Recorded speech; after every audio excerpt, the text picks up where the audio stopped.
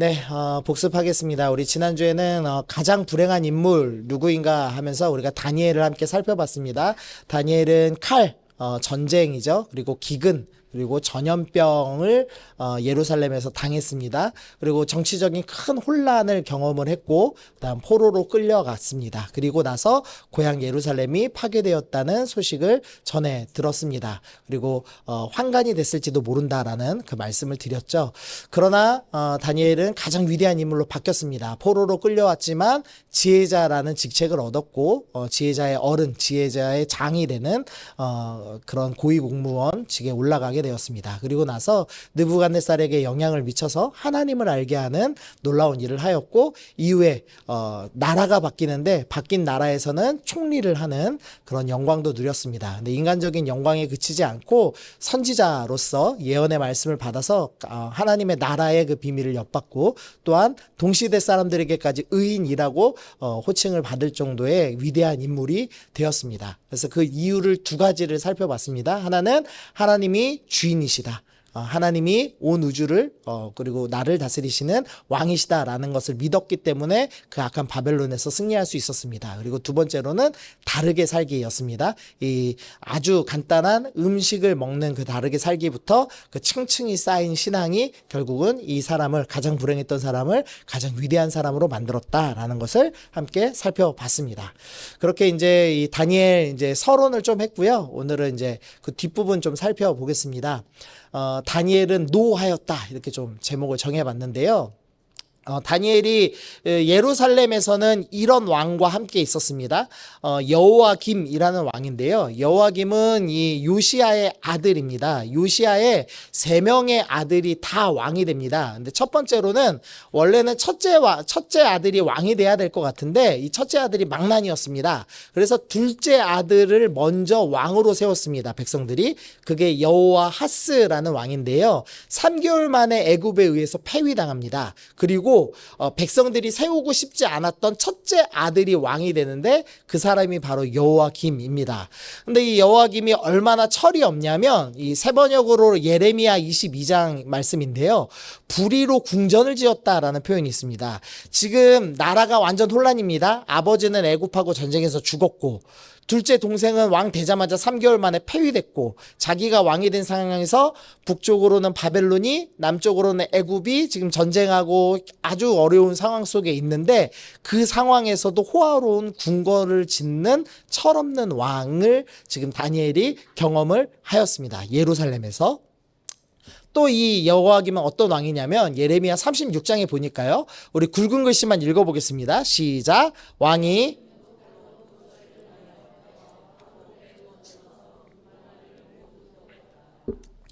이 여호야김은 얼마나 악한 왕이냐면 예레미야가 하나님의 말씀을 이제 기록합니다. 그리고 이제 예언하죠. 그랬더니 그것을 가져오게 합니다. 그리고 그걸 들으면서 즉시로 그 두루마리에 기록된 것들을 면도칼로 잘라서 불태워 버리는 그러니까 말씀을 선지자 면전에서 불태우는 정말 하나님을 두려워하지 않는 그런 악한 왕 밑에서 그리고 그 어리석고 욕심이 많은 왕 밑에서 이 다니엘이 이 예루살렘에서의 생활을 했습니다.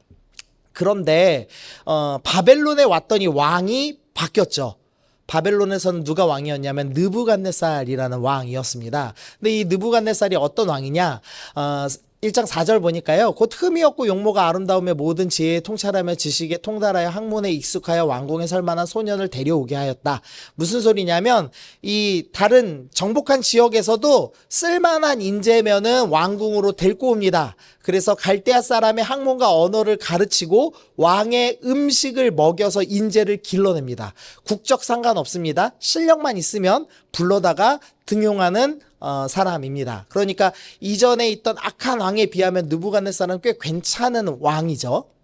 거기다가 이 느부갓네살이라는 왕은 패배를 모르는 왕이었습니다. 그래서 전쟁하면서 이 넓은 영토 이집트 앞까지 차지하는 이 위대한 왕 중에 하나였습니다. 거기다 지난주에 설명드렸지만 다재다능한 왕이었죠. 그래서 이슈타르의 문 요거 설명드렸죠. 저 성벽이 전부 보석이라고 했죠. 청금석이라는 보석인데 보석으로 전체를 치장하고 저렇게 아름답게 궁전을 지을 만한 건축할 만한 실력이 있는 왕이었고 또 이 고대 이 7대 불가사인데요. 이 공중정원을 만들 정도로 과학 철학도 뛰어난 왕이었습니다. 두 번째로 다니엘은 지역이 바뀌었습니다. 예루살렘에서 살았습니다. 근데 예루살렘이 우리는 예루살렘을 워낙 이제 좋아하니까 좋은 도시겠지라고 생각하지만 다니엘이 살았을 때 당시에 예루살렘은 칼과 기근과 전염병을 당하고 있는 도시였습니다. 이미 여러 차례 수탈을 당해서 이 성전에 있는 문에 있는 금박까지 싸그리 다 긁어가지고 이제 강대국에게 바친, 그래서 완전히 비참해진 나라였고 약자들이 전혀 보호되지 않아서 이 부자들이 약자들의 피를, 무지한 피를 흘려서 흥건했다라는 표현이 있을 만큼 악한 도시였습니다. 그런데 바벨론은 어떤 도시냐? 가장 안전하고 발전한 도시였습니다. 영상을 좀 하나 보려고 하는데요. 이 바벨론이 얼마나 좋았는지를 좀 추측할 수 있는 EBS에서 너무 좋은 이 다큐를 만들었어요. 그래서 저희가 한 4분짜리인데 좀 길지만 좀 함께 보겠습니다. 소리도 좀 나오게 해주십시오. 화면을 불 좀 꺼주십시오.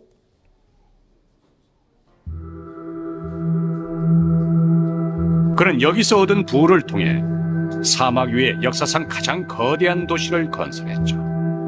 바빌론입니다. 기원전 5세기, 지금도 유럽인들에게 역사의 아버지라 불리는 그리스 학자 헤로도토스는 사막을 건너 바빌론으로 향했습니다.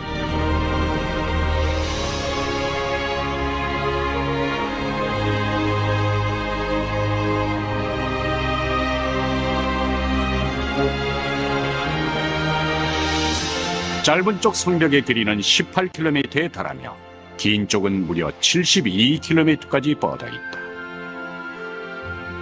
성벽의 높이는 14m이며 3중으로 되어 있고 성벽 위로 난 길은 4마리의 말이 끄는 마차가 멈추지 않고 비껴갈 만큼 넓다.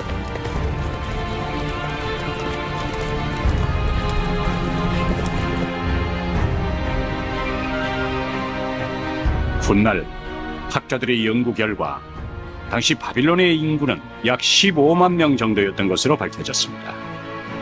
오늘날에 비하면 보잘것없어 보이지만 기원전 6세기 당시엔 세계 어떤 도시보다 큰 규모였습니다.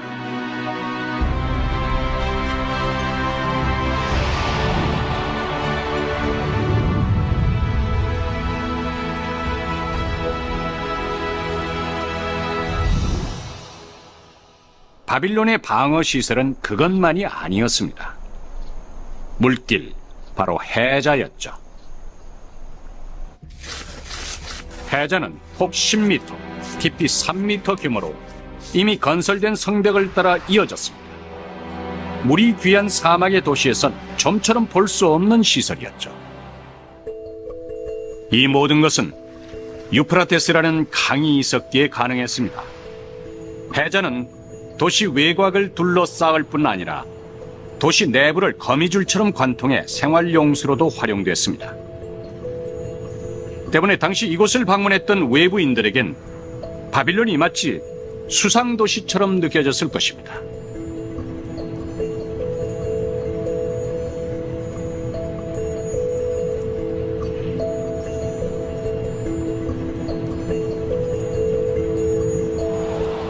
이것은 당시 바빌론의 하수 시스템을 재현해 본 것입니다.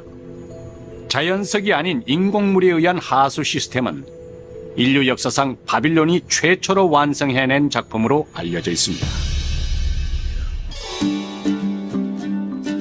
이것이 입체 영상으로 복원해 본 당시 바빌론 거리의 풍경입니다.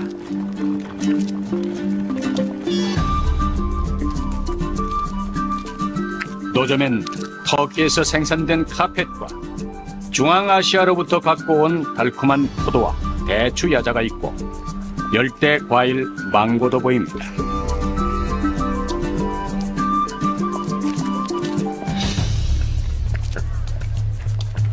도자기와 향신료, 아프리카의 상아, 청금석 같은 수많은 물건이 이곳에서 만나고 이곳을 통해서 세상 곳곳에 흘러갔을 것입니다.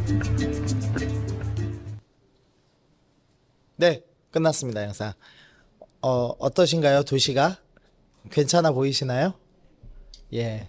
엄청 좋은 도시입니다. 예루살렘은 칼과 기근과 전염병으로 해서 자식을 팔아서 삶아 먹는 수준의 것을 보고 왔는데 여기는 물자가 부족한 게 하나도 없습니다. 느부갓네살이 얼마나 철저하게 준비했는지 성벽을 3중으로, 근데 성벽 하나가 말 4마리가 동시에 지나갈 수 있는 그런 성벽을 만들고 거기다가 물로 전체를 들어서 물이 절대 부족할 수 없는 도시.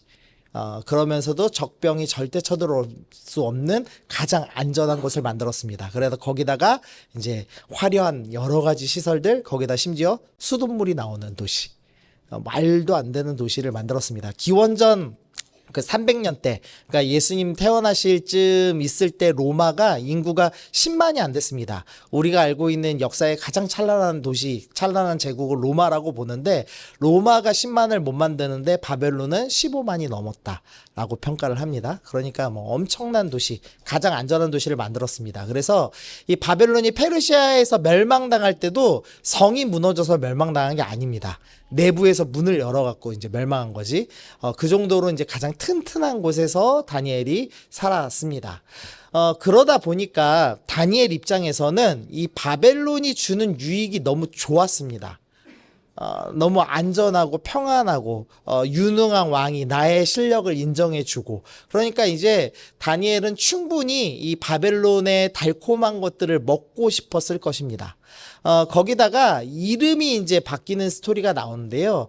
다니엘의 이름이 뜻이 뭐냐면 하나님은 나의 재판관이시다라는 뜻입니다. 근데 이게 참 다니엘 입장에서 기분 나쁜 말입니다. 왜냐면은 우리 고향이 칼과 기근과 전염병으로 멸망당하고 우리 부모가 죽고 우리 이웃이 죽고 나는 포로로 끌려와서 있는 그 모든 것이 하나님이 재판했기 때문에 일어났다라는 설명을 하는 겁니다.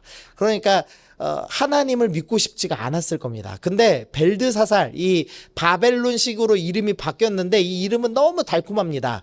이 벨이라는 신에게 왕을 보호하소서, 왕이 보호되면 나라가 평안하게 되죠. 그러니까 다니엘이 그토록 꿈꾸던 그 평안, 그 달콤한 것들을 이루어주는 이름으로까지 완벽하게 바뀐 겁니다.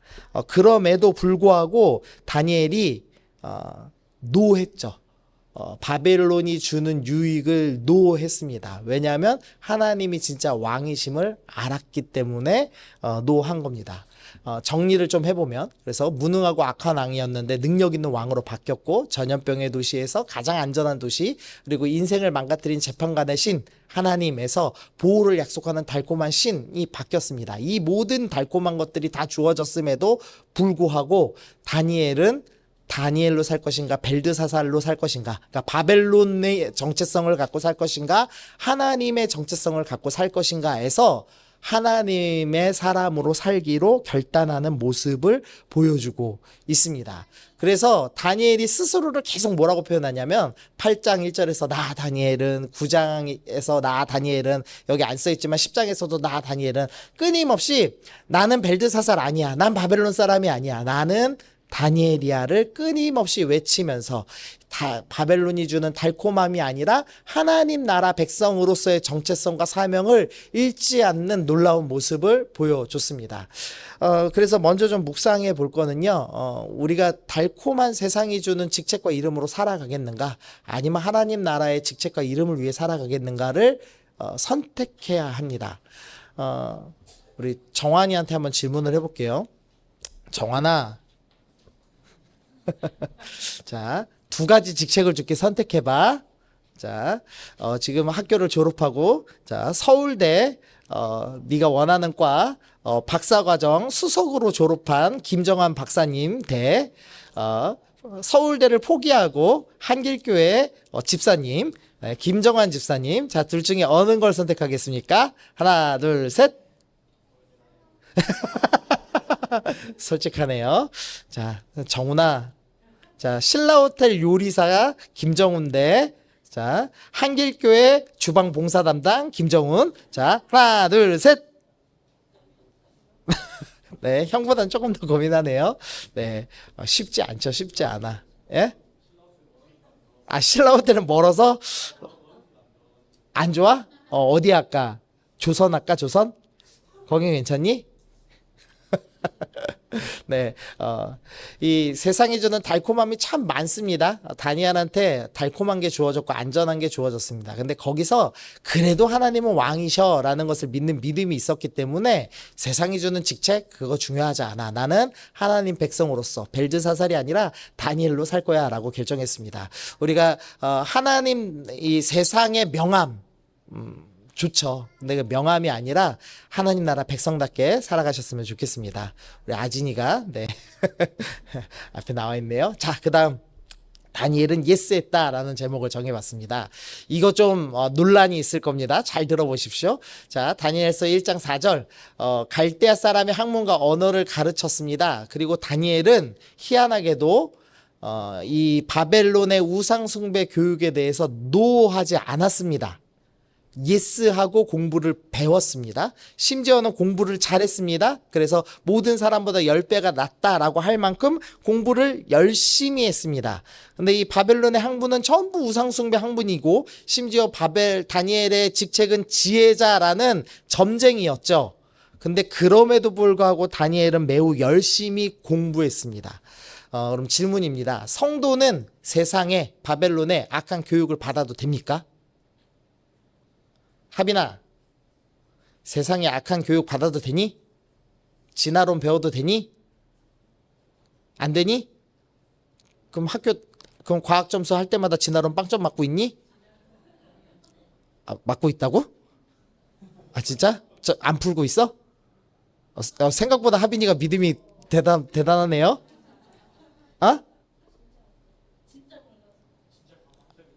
뭐라고?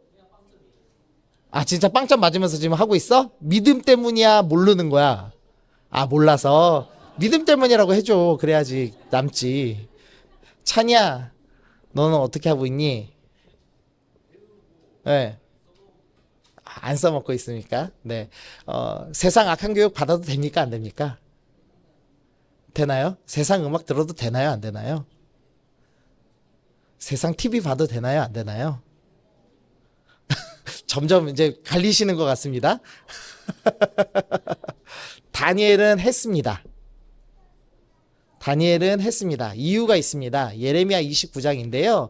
만군의 여호와 이스라엘 하나님께서 예루살렘에서 바벨론으로 사로잡혀 가게 한 모든 포로에게 지금 하나님께서 예레미야를 통해서 포로들에게 말씀합니다. 뭐라고 말씀하냐? 5절 너희는 집을 짓고 거기서 살며 텃밭을 만들고 그 열매를 먹어라. 너네 바벨론의 문화에서 적응하면서 살아라. 경제활동도 해라. 너네 거기서 교육도 받아라. 6절 아내를 맞이하고 자녀를 맞아서 바벨론이라는 가장 악한 도시에서 자녀 낳고 교육도 시켜라. 7절 심하겐 너희는 사로잡혀 가게 한 그 성읍의 평안을 구해라. 그를 위해서 기도까지 해라 라고 말씀하시면서 다니엘에게 바벨론에서 그리스도인으로 살아가라라고 명령하셨습니다. 그리고 다니엘은 예레미야의 말씀을 꾸준히 묵상했기 때문에 이 말씀대로 바벨론의 악한 교육을 심지어 우상숭배 교육이었음에도 불구하고 그대로 교육을 받고 열심히 공부했습니다. 이게 좀 어려운 거죠. 세상의 악한 문화 다 거부해야 되지 않나? 전적으로 기독교식 교육을 받아야 하는 것 아닌가? 라고 우리가 생각합니다. 그래서 많은 경건한 그 분들 중에서 특별히 이제 좀 집안이 산다 하시는 분들이 그 기독교 학교 많이 보내세요. 어떻게든 우리 아이는 세상의 악한 것을 물들게 하지 않겠다라는 생각으로 보냅니다. 그런데 주님께서는 바벨론의 포로로 잡혀간 믿음의 사람들에게 아니야, 너 바벨론에서 교육받아, 적응해. 그리고 거기서 오염되는 것이 아니라 거기서 그 문화를 뚫고 영향력을 발하는 승리하는 사람으로 바뀌어야 돼라고 말씀합니다. 우리의 부르심은 철저하게 세상 속에 있습니다. 우리는 세상 밖을 사는 사람들이 아닙니다. 우리는 수도원으로 우리끼리만 모여서 사는 사람이 아니라 우리는 거꾸로 세상 속에 침투해서 세상을 변화시키는 사람으로 살라고 부름받았습니다. 그래서 우리는 악한 교육이 있을 때 악한 교육 받으면 안 돼. 우리는 조금이라도 흠이 있으면 안 돼 하고 숨는 존재가 아니라 우리는 용감하게 그것을 접촉하는 존재로 부름받았다라고 이야기를 합니다. 말씀은 힘이 있습니다. 그래서 오히려 우리가 악한 문화를 접하게 되면 어떻게 되죠? 악한 문화에 영향받는 것이 아니라 그것을 뚫고 영향력을 주는 자로 바뀌는 삶을 살게 됩니다. 그러므로 두려워하지 말고 접촉해야 됩니다. 제가 그 예수전도단에서 대학생들 참 많이 봤는데요. 간혹 그 집안이 이제 교회 정말 열심히 믿으셔서 기독교 학교 보내신 집안이 있습니다. 기독교 학교 정말 이제 그 교육부 인가도 받지 않고, 왜냐하면 기독교 교육을 하면은 인가를 못 받기 때문에 인가 받는 걸 포기하는 이제 학교들도 있거든요. 그러면은 학비가 엄청 높습니다. 인가 받으면 교육부에서 지원을 해주기 때문에 학비가 저렴해요. 그러면 이제 종교교육에 제한이 있기 때문에 이제 종교교육을 제대로 하기 위해서 인가를 안 받고 검정고시를 보게 하고 이제 기독교 교육으로 온전히 하는 데가 있습니다. 그래서 교육 스토리를 잘 들어보면은 예수전도단 간사할 때랑 비슷한 훈련을 막 받아요. 중보기도 하고 뭐 아침에 묵상하고 매일 아침마다 찬양팀 모여서 찬양하고 이래요. 그렇게 해서 애들이 잘합니다. 믿음이 좋을까요? 안 좋을까요? 믿음 좋습니다. 신앙은 참 좋습니다. 그 아이들. 근데 영향력이 없습니다. 세상 속에서 어떻게 세상 문화를 이겨야 될지 모릅니다. 그냥 노래만 들어도 경기 일으키고 도망가요. 그래서 전혀 영향력 없는 삶을 삽니다. 그런 친구들을 깨끗하다라고 우리가 생각할지 모르겠습니다. 그런데 거룩은 구별되다라는 의미거든요. 더러운 세상 속에서 빛으로 드러나는 게 거룩입니다. 근데 그 친구들은 더러운 세상에서 빛을 발하는 게 아니죠. 더러운 데서 그 더러움에 덮여질까봐 혼자 도망가서 숨어 있는 빛이죠. 그러니까 빛으로서의 역할을 하지 못하는 겁니다. 그래서 우리는 철저하게 세상과 맞닥뜨려야 됩니다. 싸워야 됩니다. 우리 말씀, 우리 한번 14절만 읽어보겠습니다. 시작.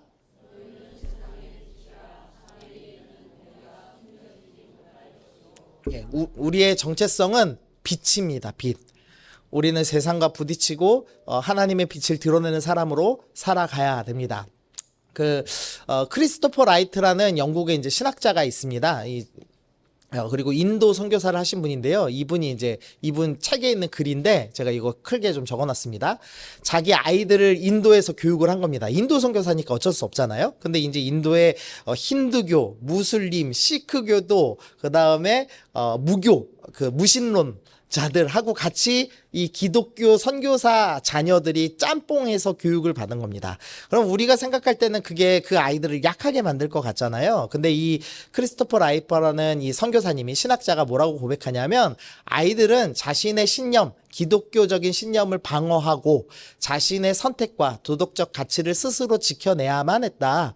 하지만 이를 통해 아이들은 주변 문화를 더 잘 이해할 수 있게 되었고, 배타적으로 기독교 교육만 받았을 때보다 우리의 세속 문화 속에서 소금과 빛이 되기 위한 훈련을 더 잘 받게 되었다고 생각한다.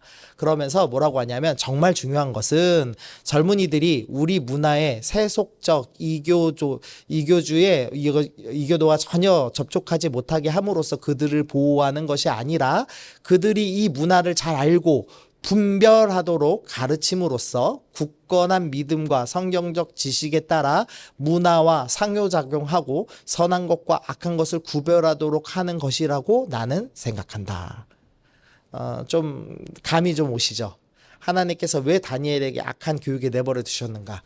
그거 잘 적응하고 그것 가운데 오히려 승리하는 세상의 빛으로 만들기 위해서 그 일을 허용하셨습니다. 우리 아이들, 우리 중고등부, 청년부들이 이걸 좀 기억했으면 좋겠습니다. 하나님은 여러분을 세상으로 보내셨습니다. 여러분들이 기독교 문화에 익숙하다고 예수님을 잘 믿는 것은 아닙니다. 물론 이걸 핑계로 예배도 안 드리면서 안 해도 된대 이러면 안 됩니다. 예준에 알겠지? 공주님 찾으면 안 돼. 알았지? 25가지 연애 금지. 아멘? 네, 아멘 안 하네요. 네, 두 번째입니다. 다니엘은 예스하였다. 정치에 예스했습니다. 바벨론은 민족을 망하게 하였죠. 그리고 느부갓네살은 민족을 망하게 하고 성전을 파괴한 사람입니다. 그런데 지금 그 느부갓네살 정부에 들어가서 거기에 고위관리직을 하게 되는 겁니다. 우상숭배하는 곳이거든요. 그래서 이 우상숭배하는 악한 정치에 동조할 수 없다라고 해도 얼마든지 이상한 일은 아니었습니다. 그래서 이 느부갓네살 교육을 거부하고 밖으로 도망쳐 나와서 막 게릴라전 하면서 저항하든지 정치에 참여하지 않으면서 소극적으로 저항하든지 그러면서 살아갈 수도 있었을 겁니다. 그런데 다니엘에게 그렇게 하라고 하지 않으셨습니다. 다니엘은 가장 악한 바벨론 정부 속에서 고위 관료직을 하면서도 하나님을 믿는 사람으로서 살며 영광을 드러내는 역할을 감당했습니다. 다니엘이 그렇다면 우리에게도 그런 부르심이 동일하게 있겠죠. 그래서 우리도 이 악한 세상 가운데, 특별히 정치라는 가장 악한 세상 속에서 우리가 하나님의 영광을 드러내는 삶을 살아야 됩니다. 간혹 이 정치가 너무 썩었기 때문에 그리스도인 관여하면 안 된다, 이제 이런 생각 가지신 분들이 있습니다. 그러면 이 세상에 그리스도인이 바꿀 수 있는 것은 전혀 없습니다. 그러면 안 됩니다. 우리는 세상으로 부름받은 사람들이기 때문입니다. 그리고 또 때로는 착각하는 사람들이 있습니다. 뭐냐면 특정 정당이 기독교랑 동일하다라고 착각하는 경우가 있습니다. 뭐 예를 들면은 빨간당은 동성애를 반대하니까 기독교랑 동일해라고 여기거나, 때로는 파란당이 파란당은 그래도 빨간당보다 좀 약자를 소중히 여기는 것 같으니까 파란당은 기독교랑 동일해, 이렇게 여기는 잘못된 착각을 하기도 합니다. 그것은 마치 다니엘이 민족주의가 신앙이야, 그러니까 유대인을 구원하는 게 신앙이야 라고 여기거나, 바벨론을 반대해서 부시는 게 악한 그 사탄의 나라를 물리치는 거야, 적그리스도를 물리치는 거야 라고 여기는 것과 똑같은 겁니다. 주님께서는 그것을 명하지 않으셨습니다. 그러면 어떻게 해야 되냐? 분별해야 한다라고 성경은 얘기합니다. 우리 말씀 좀 읽어보겠습니다. 시작. 그러므로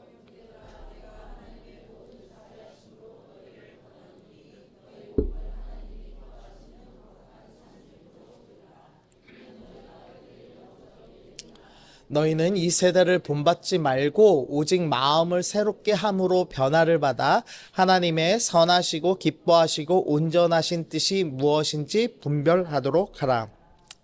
하나님께서 우리에게 주신 훈련의 가장 끝입니다. 우리는 보통 이제 기뻐하시는 산 제물로 드리는 것, 영적 예배를 드리는 것을 최고의 가치로 이해하죠. 그러나 주님께서 그것이 최고의 가치가 아니라고 하십니다. 뭐라고 하냐? 이 세대 본받지 마. 그것도 우리가 좋아하죠. 마음을 새롭게 해. 그것도 참 좋아하죠. 근데 그렇게 해서 진짜 해야 될 일이 뭐냐? 하나님의 선하시고 기뻐하시고 온전하신 뜻이 무엇인지 분별하는 겁니다. 그리스도인은 악한 세상 속에서 무엇이 하나님의 뜻인지를 끊임없이 분별하고 그것을 이루기 위해서 싸워나가는 사람들입니다. 특정 세력, 특정 정치, 특정 사람, 그거 반대하는 게 기독교야 라고 얘기하는 게 아니고, 이 악한 세상 속에서 어떻게 하면 하나님의 뜻을 바르게 구현할 수 있는지, 어떻게 하면 이 땅 가운데서 하나님 말씀이 열매 맺게 할지를 분별하는 것, 그것이 진정한 그리스도인이라고 설명을 합니다. 말씀 하나 더 읽어보겠습니다. 시작.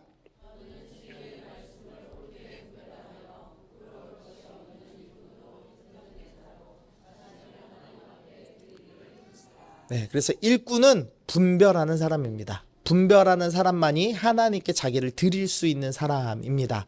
그래서 악한 세상 속에서 부딪히고 하나님 말씀이 무엇인지를 바르게 분별하는 신앙을 가져야 합니다. 그게 주님께서 이 악한 바벨론 땅처럼 악한 이 대한민국에서 살아가는 우리에게 주신 부르심입니다.